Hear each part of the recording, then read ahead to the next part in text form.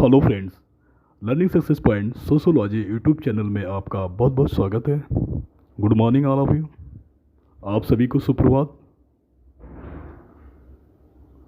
सबसे पहले तो आपको आपको और आपके पूरे परिवार को हमारी चैनल की तरफ से छोटी दीपावली की ढेर सारी बधाई एवं शुभकामनाएं। तो चलिए फिर बात करते हैं अतिथि विद्वान भर्ती उच्च शिक्षा विभाग मध्य प्रदेश की तरफ से। यह प्रक्रिया वर्तमान समय में चल रही है, जो कि कैलेंडर के मुताबिक 22 अक्टूबर 2022 से चॉइस फिलिंग प्रक्रिया आरंभ हुई थी, बल्कि किन्हीं कारणों की दशा में 23 अक्टूबर 2022 से लेकर 26 अक्टूबर 2022 तक चॉइस फिलिंग की प्रक्रिया कंटिन्यू चलती रहेगी। आज शाम 5 बजे से चॉइस फिलिंग की प्रक्रिया आरंभ होने वाली है, जो कि आप सभी लोगों को पता है, क्योंकि नए कैंडिडेट को शामिल नहीं किया गया है। जिन लोगों ने फरवरी मार्च में रजिस्ट्रेशन किया था और वेरिफिकेशन कराया था, किन्हीं कारणों से मेरिट में न आने के कारण उनका चयन नहीं हुआ, फिर भी दूसरी बार गेस्ट फैकल्टी की फिर वेरिफिकेशन कराया गया था, जो कि अगस्त माह में आई थी। जिनका चयन नहीं हुआ था मेरिट में न आने के कारण, उनको फिर दोबारा मौका दिया गया। कुछ लोगों ने तो वेरिफिकेशन कराया और 2 सितंबर को दूसरी गेस्ट फैकल्टी की लिस्ट आई। बहुत से ऐसे कैंडिडेट हैं, अभ्यर्थी हैं, फिर भी मेरिट में न आने के कारण फिर भी उनका चयन नहीं हुआ, उनको तीसरी बार भी मौका मिला है, जो 17 तारीख से, यानी कहने का मतलब 17 अक्टूबर 2022 से 22 अक्टूबर 2022 तक वेरिफिकेशंस सत्यापन कराने का अवसर दिया गया। जिन लोगों ने अगस्त 2022 में वेरिफिकेशन नहीं कराया था, उनको शामिल नहीं किया गया है। इसलिए हम बात करते हैं गेस्ट फैकल्टी। सबसे पहले तो आप फर्स्ट स्लाइड में देखे होंगे कि यूज़र आईडी और पासवर्ड कैप्चा डाल के लॉगिन करेंगे। फिर उसके बाद दूसरा जो है स्लाइड में आपको दिखेगा, लिखा है लॉगिन करने के पश्चात आपको एक स्क्रीन प्रदर्शित होगी। इसमें चॉइस फिलिंग लिंक पर क्लिक करें एवं नीचे दिए गए नोट को गंभीरता से पढ़ें। तो आप देखे होंगे, जैसे जो नीचे लिंक है, आपको एक लिंक नज़र आएगी, लिखा रहेगा अतिथि विद्वान द्वारा रिक्त पद पर चॉइस फिलिंग दर्ज करने हेतु। ब्लू कलर का होगा, जो आप अगर अपने सिस्टम से भर रहे होंगे, लैपटॉप से भर रहे होंगे, तो कर्सर ले जाके ओके करेंगे तो फिर स्टार्ट हो जाएगा। और उसके नीचे लिखा है अतिथि विद्वान चॉइस फिलिंग में कृपया उन्हीं महाविद्यालयों का चयन कर जिस महाविद्यालय में वरीयता के आधार पर महाविद्यालय आवंटित होने पर आमंत्रण स्वीकार कर सके। आवेदक यदि समय सीमा में आमंत्रण स्वीकार करने हेतु कर्तव्य स्थल पर उपस्थित नहीं होता है, तो उस दशा में अगले चरणों में सम्मिलित नहीं किया जाएगा, जो मध्य प्रदेश उच्च शिक्षा शासनादेश है 17/12/2019 के अनुसार कार्रवाई की जाएगी। कहने का मतलब है कि जो इस बारी जो भी वरीयता आप देंगे, जिसको भी आप कॉलेज को, जिस ज़िले को प्रीफर करेंगे, अगर आपका चयन होता है, वहाँ पे जाके आपको उपस्थित होकर डॉक्यूमेंट दिखा के वेरिफिकेशन करा के और ज्वाइनिंग करना है।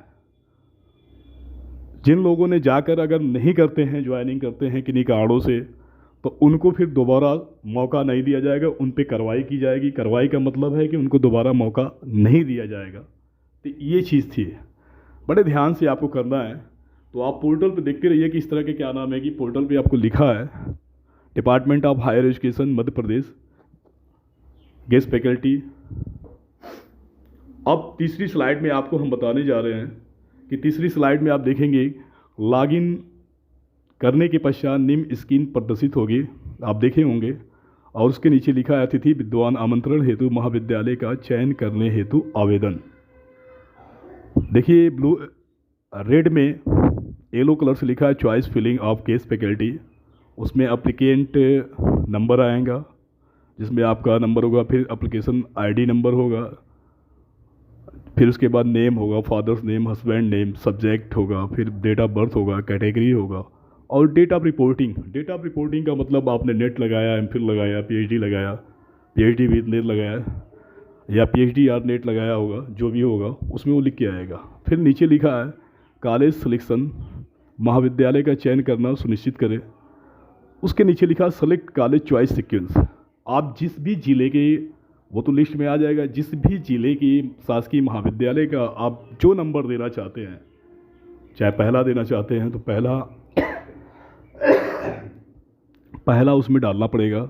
फिर उसके बाद नीचे जो है सिलेक्ट कॉलेज, वहाँ पे कर्सर ले जाएंगे तो उसके बाद कॉलेज का नाम आएगा, जिसमें चॉइस आईडी नंबर और कॉलेज आईडी का नंबर होगा। आप जिस भी पहले नंबर पर जिसको रखना चाहते हैं, जिस शासकीय महाविद्यालय को, जिस जिले के महाविद्यालय को रखना चाहते हैं, उसको प्रीफर करेंगे। फिर उसके बाद जैसे ही उसको करेंगे तो आपको सिलेक्टेड कॉलेज में वो नाम आ जाएगा। फिर उसके बाद आपको सेव करना है। एक तरफ बैक लिखा है, एक तरफ सेव लिखा है, तो आपको सेव पे जाके कर्सर को ओके करना है, तो आपका एक कॉलेज सेव हो जाएगा। इस चीज़ को ध्यान दीजिएगा।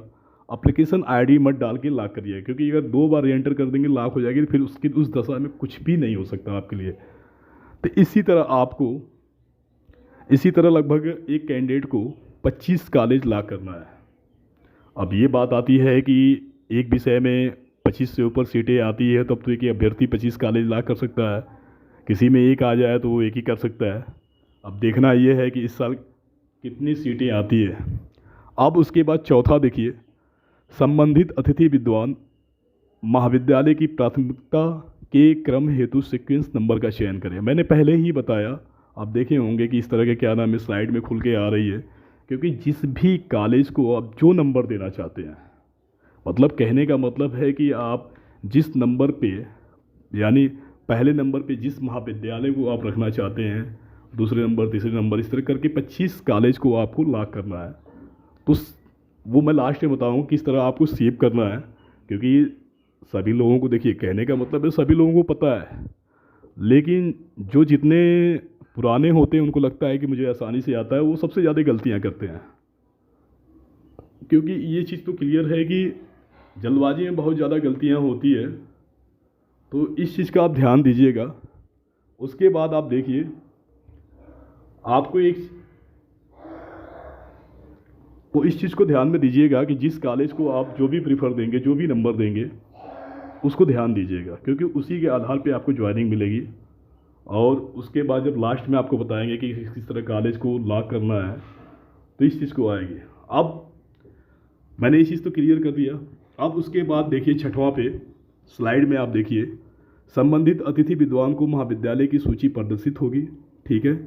उसमें से महाविद्यालय की प्राथमिकता सीक्वेंस नंबर के आधार पर महाविद्यालय का चयन करें एवं महाविद्यालय के क्रम परिवर्तित करने हेतु सीक्वेंस नंबर का चयन करने के उपरांत ओके पर क्लिक कर पूर्व में चयनित महाविद्यालय ड्रॉप डाउन मेनू में प्रदर्शित होगी, जिसे परिवर्तित कर अन्य महाविद्यालय का चयन कर सेव करें, जिससे उक्त प्राथमिकता परिवर्तित महाविद्यालय प्रदर्शित होगा। उसके बाद लिखा है अतिथि विद्वान आमंत्रण हेतु महाविद्यालय का चयन करने हेतु आवेदक चॉइस फिलिंग। तो इस तरह मैंने कहा था कि आपको जो भी कॉलेज को प्रीफर देना है उस चीज़ को आप ध्यान में दीजिएगा, फिर सेव करना है। अगर जिस सब्जेक्ट में 25 से ज़्यादा वैकेंसी है, 25 है, तो आप 25 को करिएगा, आप जिस कॉलेज को, फिर उसके बाद प्रिंट आउट निकालिएगा। आप देखिए उसके बाद 7वां देखिए, संबंधित अतिथि विद्वान चयनित महाविद्यालय को सेव करें। यदि पूर्व आमंत्रण हेतु सहमत अधिकतम 25 महाविद्यालयों के चयन उपरांत पूर्णतः संतुष्ट होने पर लॉक करना सुनिश्चित करें। स्मरण रहे, याद रहे, लॉक करने के उपरांत महाविद्यालय परिवर्तित नहीं किए जा सकेंगे। कहने का मतलब है कि ये आपको मैं पहले ही बता दिया कि अगर आप लॉक कर दिए, बहुत से होता है कि फर्स्ट टाइम या अपने से करते हैं, मोबाइल में भी हो जाएगी। आप स्मार्टफोन चलाते हैं, आप बैठे बैठे स्मार्टफोन में भी कर सकते हैं, लेकिन यह है कि वहाँ स्क्रीन छोटी देगी, ऐसे कोई मतलब है, आप वहाँ कर सकते हैं, आसानी से कर सकते हैं, बहुत से लोग हम अपने मोबाइल से ही कर सकते हैं।